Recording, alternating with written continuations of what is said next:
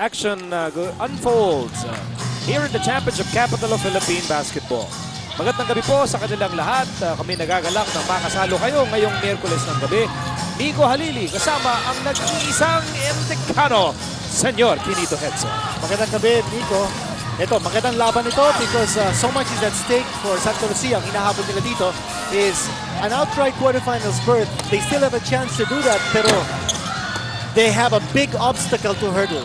They have to win their next 4 games, including this one, para makakuha sila ng outright quarterfinals berth at hindi na sila pumasok doon sa wildcard round-robin series natin pagkatapos ng ating double round classifications. Itong pag-uusapan natin ngayon, yung team standings natin, where San Miguel is ranking number 2 at ang Santa Lucia down at the bottom. Pero sinabi nga natin, no, importante itong laro na ito because meron pa silang pagkakataon to make it into the quarterfinals outright. Yun nga lang, they have to win this game and the next 3 to get the job done. This will be a tough assignment tonight for the Realtors as they face what I like to call the 5 horsemen of the apocalypse. I mean, this is an all-star starting lineup for the San Miguel Beermen, although they were derailed by the Pure Foods Chunky Giants in their last game. That's right. In a game where they lost by 7 points, at ang score ng San Miguel was only 75 points now. That's very crucial because San Miguel has now been transformed into an offensive machine. And in the 9 victories they have, they've averaged close to 100 points. But in their 3 losses, only 80 points now. Aside story sa laro na to, hindi lang yung tema natin na time to rebound. We can also say battle of the tights. Because makikita natin, ito si Omolon at saka si Dondon Antiveros, pareho sila naka-tights. Perhaps you might want to explain, ano ba silbi nung yung athletic tights na suot-suot ni Omolon at ni Dondon Antiveros? Well, that's supposed to be a heating element yan eh. You put it on your thighs and your hamstring. It protects it from getting tight. And parang compression shorts yan. Yung nga lang, hindi lang shorts, kundi all the way down to the ankle. It keeps the muscles warm. Yes, there is a heating element to it. Kaya yan naman ang dahilan kung nagtatight sila. Pero maganda rin tignan kung sakasakali man na meron kayong passion statement na gustong sabihin, yun, Battle of the Tights. Yan ang ating subplot sa game na to. Ricky Kalimag.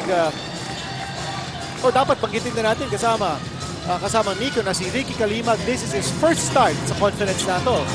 And probably first start in a Santa Lucia uniform. So this is a big baptism para sa kanya as a starter. His assignment is to block out Danny Ildefonso. Malaking assignment yun. Well, Ildefonso's coming off a 9-point performance. Significant yun, partner, because prior to that, Ildefonso scored double figures in every single game. Kanya, when he was held to less than double figures in the last game, kung saan natalo San Miguel, dadalawa na lang ang mga PBA players who have scored double figures in every game. That's Danny Siegel at saka yung bagong taga-Token Tex. Si Renren Ribuano. Danny I was fouled going up for the putback with 8:43 remaining in the opening quarter. Isa po ang abante ng San Miguel, 7-6. That's going to be the first personal laban kay Norman Gonzalez. Nabanggit natin kanina, Nico, na yung sa top 10 is birth. Kanya sinabi mo nga kanina, no? Both teams are headed separate directions.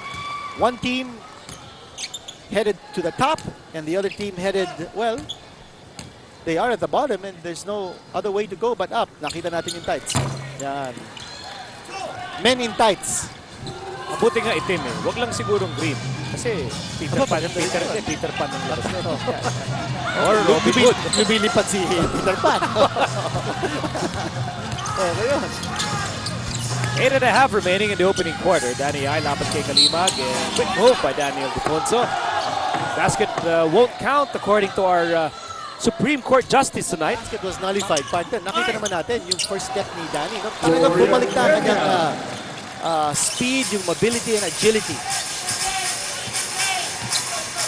Apat ang lamang ng San Miguel, 10-6 in the early moments of this ball game. Bounce pass ni Paulo Mendoza para sana kay Dennis Espino. It goes awry and it's a turnover laban sa Santa Lucia. Instructions ni Coach Alfrancis Chua, pressure the ball carrier. Nakita natin yun. Telling his backcourt men, dikitan nyo yung mga player ng San Miguel sa backward, pero not too much pressure that time. That was a long three-point attempt coming from Danny Siegel. Realtors down by 4. And Santa Lucia suffered a fourth quarter meltdown against Ginebra in Davao. That's why they're trying to rebound with a win tonight as they turn the ball over anew. Here's Racela on the move. Cross-court he goes. Ontiveros fires. Rebound. No rebound. The ball went out of bounds. It will go to Santa Lucia. Dadalawa na ang turnover ng Santa Lucia. San Miguel is still spotless in that category. Now, one thing that might be going against San Miguel is their lack of rebounding strength. They are the league's lowest rebounding team, averaging less than 50 rebounds a game. That's something that Santa Lucia might want to exploit. Dennis A basket Espino. by 11-year veteran Dennis Espino. Actually, the rebounding numbers of San Miguel might be misleading because they don't miss that many shots. So Well, that's true.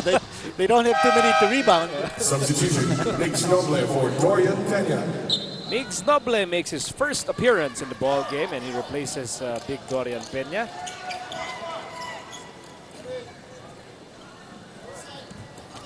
Danny Siegel has been going great guns in this tournament. Sandali, ito na si Omalon, and he will check it Melbourne out. Omalon.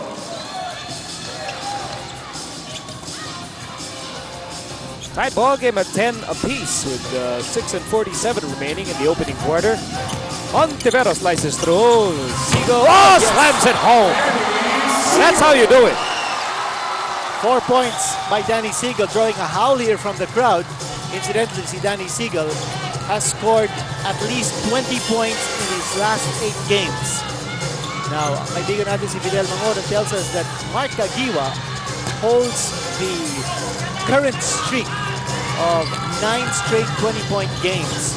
That was back in 2004 yata yun, hindi ako nakakamali. But now, Danny Siegel has a chance to equal that record if he scores at least 20 sa game na to. Very animated as usual on the sidelines si Coach Francis Chua at pinaglalapan niya yung dalawang referee. Well, as they say, divide and conquer. Yan ang patakaran dyan. Ito. Discussion between yung dalawang referees and they're calling a jump ball. Ba? Jump ball. And Coach Francis Chua got the point across. Armontiel and Art Herrera. Hindi sila nagkaintindihan doon. Discussing. Yeah. Sabi ko nga, divide and conquer. Now, Ricky Kalimag and Danny S. for the jump. At yung bola na punta kay Racela as we near the halfway point of the opening quarter. 2-point lead para sa San Miguel. And Siegel loses the ball. Now, weapons for Coach Alfrancis Chua off the bench. Marlo Aquino, Alex Cabagnot, si Jimwell Torion. Those are the weapons that he can rely on coming off the bench. Hey, what about Chester Colombia? Si Tolomia, wala pa nga, no, sa loob ng court. So those are the people who can rely on. And if you notice, a lot of those players are very quick players. And ako, I'm feeling ko, no, si Coach Alfrancis Chua has something up his sleeves in starting this big lineup with Kahina on the starting unit. He wants to be able to get a second unit on the floor that has a lot of energy and quickness. And siguro ang thinking niya, yung second unit ng San Miguel, baka hindi makapagsabay. Devastating in that opening first assignment against the Realtors. So hindi lang 3D, hindi lang 3-dimensional. 4D. Quad. Quadruple D. Yun. Maganda rin ang mga fashion statement na nakikita natin dito. Si Danny Ildefonso, of course, may konting kulay ang kanyang buhok. Si Danny Siegel, nagpatubo din ang buhok. Kanya gumagaling. At of course, yung tights na sinusuot ni Don Antiveros. Teka, sandali. It's supposed to be a Santa Lucia magpe-pressure. San Miguel looked like they're pressuring Santa Lucia in the backcourt that time. Now, Alex Abagnot, first time on the floor here, replacing Paulo Mendoza. There's absolutely no movement in the offense at Santa Lucia. Everyone is stagnant, and that's why you take a shot like that, air ball. Here's Racela. Over to the right side on Tiveros. Ball tapped by Omolon. The active hands of Omolon. Realtors down by 4 with 5 minutes to go in the opening quarter. And Espino was hammered by Noble.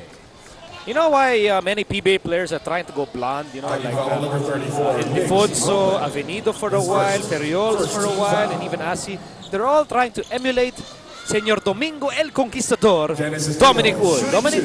I just knew it, Miko. Sabi ko na gano'n naman yung entry mo sa akin. But let's talk about the rebounding, which is the key for this game. Sabi nga ng coaching staff ng Santa Lucia, they may be one of the tallest teams, pati itong San Miguel, but it doesn't necessarily mean na ikaw ang magdo-dominate ng rebound. Sabi nga niya, the key to rebounding really is to locate your man and box out. And of course, the desire and the aggressiveness para makuha yung rebound. So, kailangan para sa dalawang team na to, kung sino ang maghahari sa rebound, siyang mananalo. Dominic, napapag-usapan natin yung rebounding ng Santa Lucia. Anong tip mo? Marlo Aquino, is he gonna come to play here tonight or what? Well, ako, I think he will. You know, ang napapansin natin kay Marlo, every time he plays against the bigger guys of the league, nacha-challenge siya. So, if we go with it through history, maganda lalaroin itong si Marlo in today's game. Well, let's see kung yun nga mangyayari dito. Last time out, Marlo Aquino had 7 assists against San Miguel. I tell you who's come here to play, Danny Siegel. He is all business here in the opening quarter. As the ball goes to Ildefonso, and he missed the layup. Bola na punta kay Noble, and he gets the putback. And that will give the Beermen a 6-point lead, 18-12. Very active underneath the boards. Mix Noble is always there for the possible weak side offensive rebound and the putback. We are approaching the 4-minute mark of the opening quarter. Realtors trailing by 6 points, but Ricky Kalimag promptly answers back with a jumper. Nice touch. That looked like a 2-3 zone defense na nilaro ng San Miguel. Over 3 minutes remaining in the opening quarter. Yanni I banging bodies with Espino. Ontiveros, he can't shoot, trying to go inside to Noble. Here's Cabagnot for the Realtors. Bounce pass, Omolon. Omolon, no. Smothered inside. One more try, still no go. And the ball ends up with Danny I. The Beermen are on the run. Here's Danny Siegel once again. Danny Siegel crossover. Yes. Danny Siegel. 8 points tonight for Dynamite. But he wants to get this game over and done with right here in the first period. And Danny Siegel is a man in a hurry. Now, kanina nakita natin yung interior defense ng San Miguel. Dalawang offensive thrusts ng Santa Lucia, and San Miguel had good defense underneath. They did not foul. And that's a key to playing good defense, that you don't give up the foul underneath. Splendid assist issued by Racela for Noble. And he was fouled in the process. 3-point play opportunity awaiting the former Ginebra big man. Here's that play. Rara Racela on the move, finding Noble. There's the foul and the basket is good. Si Kalimag ang tinawagan ng kanyang pangalawang personal foul as Peña checks back in the ball game. Daniel Defonso and London Ontiveros are on the bench. Brandon Cablay also checking in for the very first time. Bonus free throw for Mix Noble. Brand new backcourt here for San Miguel, Cablay and Calagyo, with 3:03 to go. Also a good start here for Mix Noble. Meron siya 5 points. You know his conference high is 6 points, so he's just one shy of duplicating that high. And right now the Beermen expand their lead. 23-14 with less than 3 minutes remaining in the opening quarter. Virtuoso play para kay Cabagnot. A wild shot. No passing. Walang tinamaan. Oh, ang hirap naman na tira yun. That was really a 4 shot. Oh, what a nice pass. Unti-unti, lumalayo na itong San Miguel. And you see the passing play of San Miguel, and you see the lack of passing naman on the part of Santa Lucia. Here's Siegel on the move. Siegel is going all the way. And Siegel has dunked thrice in this game, and we're only in the first quarter. I don't think San Miguel appreciated the fact that their 7-game winning streak was snapped. No. Galit na galit eh. Well, this is the time to rebound. Yun ang ating game story. Here's Espino. That was a bump. You know, before the game, checking at the stats, nakita natin that Santa Lucia really has to play tough defense here to win, but they've already given up 27 points, and there's still 2 minutes to go in the first period. And they are being hammered. They are being slammed to the ground by the determined San Miguel Beermen inside the Big Dome. Nabanggit natin about the passing play ng San Miguel. Partner, itong updating assists. At San Miguel, meron ng 7 assists. At ang Santa Lucia, 4. Alone Again, with yung depensa ng San Miguel. That time, nice reverse coming from Gonzalez. And the key there was nakakuha ng second attempt ang Santa Lucia. That's very important against this very scrappy San Miguel team. Makakuha ka ng second attempt because you know that San Miguel is going to be there to bother that first attempt. At still si Danny Seagal on the way down. Pababa na siya nung tinapon niya yung bola at pumasok. May 12 puntos na si Danny Seagal.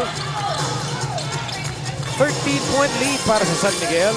With a minute and 18 remaining in the opening quarter, Marlo Aquino loses the basketball.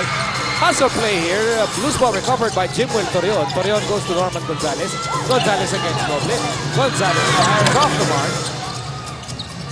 Offensive rebound para kay Paheng Santos. Turnover na naman. Substitution. Chester Columbia for Nelson. But again, nakakuha sila ng second chance opportunity that time. Pero yung tira ni Gonzalez, again, very poor shot selection. You're covered outside, pero wala kang wala kang other option because hindi gumagalaw yung mga kakampi mo. You need movement on the half court to be able to get good passing angles. Peña has a leather. Laban kay Marlo. Here's Seagal, the owner of 12 points here in the opening quarter. 7 to shoot for the Beermen. And Peña loses the ball. He was surrounded by many green shirts. Eto na si Tolomia. He slices through. Again, nowhere to go for Tolomia. He was blocked that time. Fortunately for the Realtors, the ball will stay within their backyard. And Danny Seagal making a few friends at ringside. Sino kinamayan niya? Iyakap pa nga ata eh.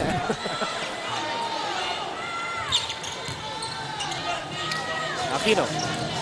Laban kay Peña. Time running out here in the opening quarter. Tolomia on the move. And blocking foul against the Beermen. Good penetration on the part of Tolomia. Yan din isang kailangan ng Santa Lucia. They need quickness, they need movement. Tolomia gives them penetration and dribbling ability. Now the pass coming from Marlo Aquino, pero cross-court pass yun, huh? I don't know if that's the kind of pass that Coach Alfrancis Chua wants to encourage his players to take. Very risky, very dangerous yung mga cross-court passes. Now si Marlo Aquino, as I mentioned kanina, had 7 assists to lead Santa Lucia in that department. Nung naglaro ang Santa Lucia against San Miguel in the first round, kung saan natalo ang Santa Lucia sa San Miguel, 100-89. But in that game, Marlo Aquino, only 2 points.